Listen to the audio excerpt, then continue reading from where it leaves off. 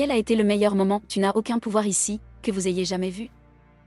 J'ai grandi avec une mère souffrant de troubles dissociatifs ainsi que de narcissisme.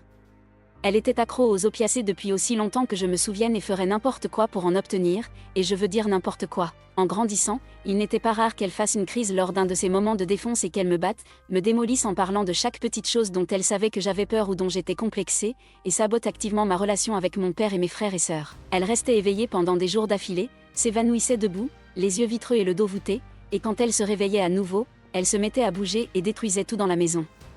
Il y avait des moments où je partais et la maison était propre, et je rentrais pour découvrir qu'un tornade en colère avait traversé la maison, c'est-à-dire du verre brisé, de la merde d'animaux, des vêtements sales, des cafards, des bouteilles de pilules vides, et d'autres choses diverses jonchant la maison. Lors des nuits particulièrement mauvaises, elle hallucinait, et durant ces moments-là, il n'était pas rare de trouver des flaques de son sang par terre après qu'elle ait traversé du verre.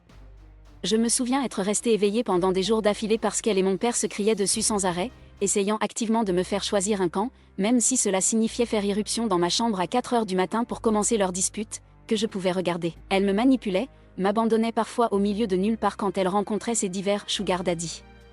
Elle était toujours avec mon père pendant ce temps et ne s'est jamais excusée, même lors de ces brefs moments de lucidité mentale. Si quelque chose, elle blâmait tout sauf elle-même. Dans son esprit, elle était infaillible. L'argent était toujours un gros problème puisqu'elle ne pouvait pas travailler dans cet état. Elle vendait certaines de ses pilules, oui, mais ces fonds étaient finalement utilisés pour acheter plus de drogue de toute façon. À cause de cela, nous étions souvent sans abri, sans électricité ni eau pendant littéralement des années d'affilée, et nous n'avions presque jamais de nourriture. Presque chaque nuit, je m'endormais avec le seul repas de la journée étant celui de l'école. Les week-ends, parfois, je ne mangeais pas du tout. Le reste de ma famille n'avait aucune idée de ce qui se passait. Pendant l'été de mes 16 ans, ma tante, avec qui je n'avais pas beaucoup parlé depuis que j'étais très jeune, a pris contact. Elle m'a demandé si je voulais venir passer quelques semaines chez eux au Texas pendant l'été. Bien sûr, j'ai dit oui et j'étais absolument ravie. Je n'ai même pas pris la peine de demander à mes parents, car j'aurais été très surpris s'ils avaient même remarqué que j'étais partie, donc ils n'étaient pas au courant. Ma tante a conduit tout le chemin jusqu'à l'Iowa et est restée l'après-midi avec nous. Mes parents semblaient manquer de la capacité de reconnaître qu'elle était même là, tout à coup, alors ils ne sont pas sortis de leur chambre quand elle est arrivée. Notre maison était assez propre. Nous sommes partis un moment pour aller chercher de la nourriture, et quand nous sommes revenus, la tornade était déjà passée.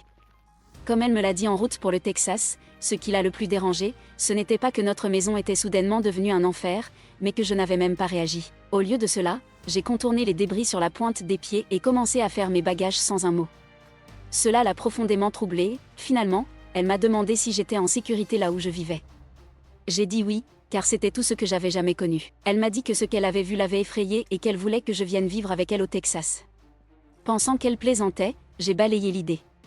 Cependant, après quelques jours là-bas, je savais que je devais le faire. Ils m'ont montré un amour, une compassion et une attention que je n'avais jamais connues auparavant, et cela m'a bouleversée. Nous avons donc décidé que j'allais m'émanciper de mes parents et emménager avec eux. Je n'ai même pas pris la peine de demander à mes parents, car j'aurais été très surpris s'ils avaient même remarqué que j'étais partie, donc ils n'étaient pas au courant.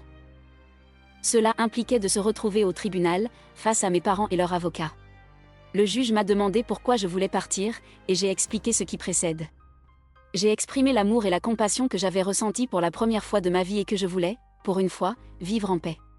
Leur avocat m'a rétorqué qu'il semblait que je n'avais aucun respect pour mes parents, et il a demandé si c'était à cause de leur situation financière. Il a ajouté qu'il semblait que j'étais attachée aux avantages de vivre dans une famille qui gagne un montant d'argent raisonnable, et non parce que je voulais partir parce qu'ils étaient des parents inaptes. Ma mère et mon père se sont joints à lui en criant et en hurlant, essayant activement de me démolir comme ils l'avaient fait tant de fois auparavant. Je les ai laissés parler, et j'ai gardé le silence jusqu'à ce que ce soit mon tour. Ils ont essayé de me pousser à bout, ont essayé de me briser comme ils l'avaient fait tant de fois auparavant, mais je ne les ai pas laissés faire. Enfin, le juge m'a demandé de parler. Avec tout le calme que je pouvais rassembler, j'ai regardé ma mère, mon père et leur avocat en face de moi et j'ai dit « Si vous me demandez si je n'ai aucun respect pour mes parents, alors vous avez raison. Cependant, dire que c'est simplement motivé par des raisons financières est incorrect. Je n'ai plus de respect pour eux parce qu'ils ont. » Alors que j'étais sur le point de finir, ma mère, comme elle l'avait fait tant de fois dans le passé, a commencé à s'agiter et à crier contre moi de l'autre côté de la table. Il ment, ce petit bâtard est juste. Jusqu'à ce que le juge frappe de son maillet et fasse taire la salle. Ma mère le regardait, complètement incrédule. Je l'ai regardé, retenant les larmes que je savais prêtes à couler, et j'ai dit, pour une fois dans ta vie, pour une fois dans ma vie, Comporte-toi en adulte. Tu ne peux plus m'arrêter simplement en criant plus fort que moi. Tu n'as plus rien à utiliser contre moi maintenant. Tu ne peux rien faire. » Alors que je parlais, le juge a fait signe à son officier, qui s'est dirigé vers ma mère, son expression toujours figée dans la stupéfaction totale, et l'officier lui a dit de se lever de sa chaise et l'a escorté hors de la salle. Le juge m'a regardé, ainsi que ma tante, mon père et son avocat, d'un regard circulaire, puis a parlé. « Je suis désolé que vous ayez dû supporter cela si longtemps, jeune homme. Il n'y a rien de plus que vous ou quiconque d'autre a besoin de dire. Vous méritez de vivre une vie normale comme un enfant normal, et il est évident pour moi maintenant que vos parents sont inaptes à créer ce genre d'environnement. Vous retournerez au Texas avec votre tante, et nous aurons régulièrement nos travailleurs sociaux en contact pour vérifier comment vous allez. Profitez de cette seconde chance. Bonne chance, jeune homme. »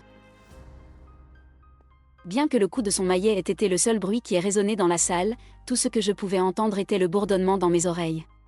Mon père et son avocat ont été escortés hors de la salle, et les larmes que j'avais retenues tout ce temps ont jailli comme une vague.